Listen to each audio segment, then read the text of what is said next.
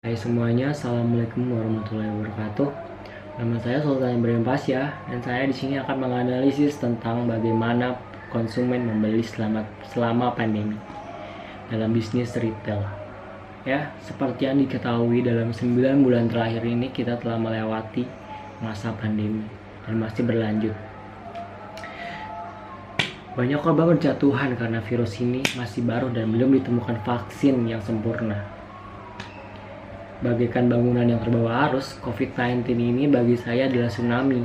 Dan bangunan yang bertahan dari ombak ini adalah pebisnis yang berhasil survive dalam bencana seperti ini ya. Hal ini memang cukup meresahkan. Pandemi membuat kita kalang kabut. Banyak perusahaan yang meng-hire karyawannya, bahkan perusahaan besar sekalipun. Semua kalangan dari kalangan atas, menengah hingga bawah pun merasakan dampaknya. Tingkat pengangguran yang sempat turun menjadi naik drastis di musim pandemi ini karena pemencatan ini. Daya beli yang rendah karena tidak adanya pemasukan ini membuat banyak toko premier, sekunder hingga tersier pun harus memutar otak untuk dapat survive di masa pandemi ini, termasuk bisnis retail.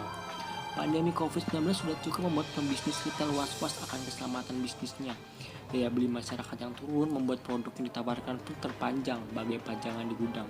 Ketergantungan retail akan konsumsi rumah tangga sangat besar jika konsumsi atau daya beli masyarakat menurun, maka akan berimbas pada kinerja sektor retail ini.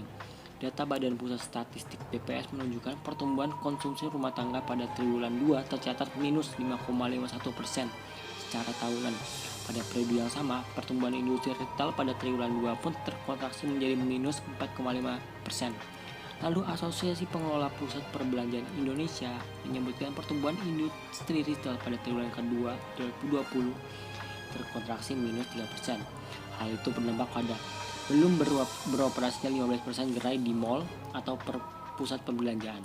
Ya, penjualan retail akibat pandemi tidak hanya dialami oleh Indonesia. Secara global, penjualan retail diperkirakan turun hingga 9,6% atau secara 2,1 triliun dolar. Menurut Forrester, sebuah lembaga riset bisnis yang berbasis di Inggris, Forrester memperkirakan butuh waktu 4 tahun lagi bagi para retail untuk bisa kembali ke level sebelum pandemi. Lalu, bagaimana bisnis retail dapat bertahan di masa pandemi ini? Bagaimana pemerintah sebagai badan tertinggi mengatasi hal ini? Dan bagaimana pembisnis retail mendapatkan kembali konsumen di masa pandemi ini? Dalam hal ini, retail terkait harus menerapkan normal baru atau kebiasaan baru yang telah dirancang pemerintah, yaitu protokol normal baru di pusat belanja mengacu pada surat edaran Kementerian Kesehatan yang diumumkan pada 20 Mei lalu. Sebelum masuk ke dalam toko, konsumen diwajibkan untuk memakai masker, diukur suhu tubuhnya dan tidak lupa memakai hand sanitizer untuk meminimalisir penyebaran virus. Pengunjung pun dilarang untuk berkerumun di suatu tempat secara masif. Di dalam toko pun diperjualbelikan vitamin serta alat-alat kesehatan yang sedang laku di masa pandemi. Namun sayangnya, hal seperti ini belum terlalu manjur bagi retail untuk mendapatkan konsumen kembali di saat pandemi. Kesadaran memutus mata rantai virus corona melalui pembatasan sosial dan physical distancing semakin banyak diterapkan di masyarakat. Melihat hal ini, beberapa retail seperti Alfamart dan Indomart mulai mengencarkan layanan belanja pesanan antar agar tetap bisa bertransaksi dan menggait pembeli meski dilakukan di luar rumah. Corporate Affairs Director PT Sumber Alvaria Trijaya Solihin mengatakan telah mensosialisasikan program besar antar di beberapa daerah, terutama epicentrum corona seperti DI Jakarta. Lalu, Marketing Direktur PT Indomarket Primastama Wiwit Yusuf juga mengatakan penjualan online telah lama diterapkan oleh perusahaannya Indomaret. Sementara untuk layanan pesan antar, pengguna bisa menggunakan aplikasi Klik Indomaret yang dapat diunduh lewat Play Store maupun App Store. Hal serupa sebelumnya dilakukan pemerintah Provinsi DKI Jakarta, yaitu yang memperlakukan sistem belanja online. Untuk memenuhi kebutuhan pokok masyarakat selama periode pembatasan sosial, hanya saja sistem belanja online itu diberlakukan kepada sejumlah pedagang pasar di Jakarta.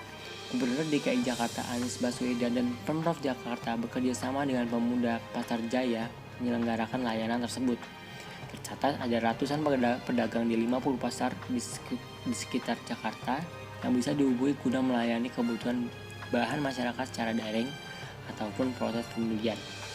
Penetapan harga atau tawar saja bisa dilakukan melalui telepon atau pesan percakapan WhatsApp, sementara pengiriman dilakukan melalui ojek online.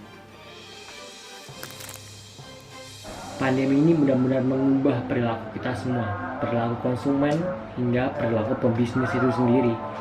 Yang semuanya offline, sekarang semua dilakukan secara online demi meminimalisir penyebaran virus COVID-19 ini. Sekian dari saya. Semoga kita dapat melewati ujian manusia ini. Wabillahi taufiq hidayah. Wassalamualaikum warahmatullahi wabarakatuh.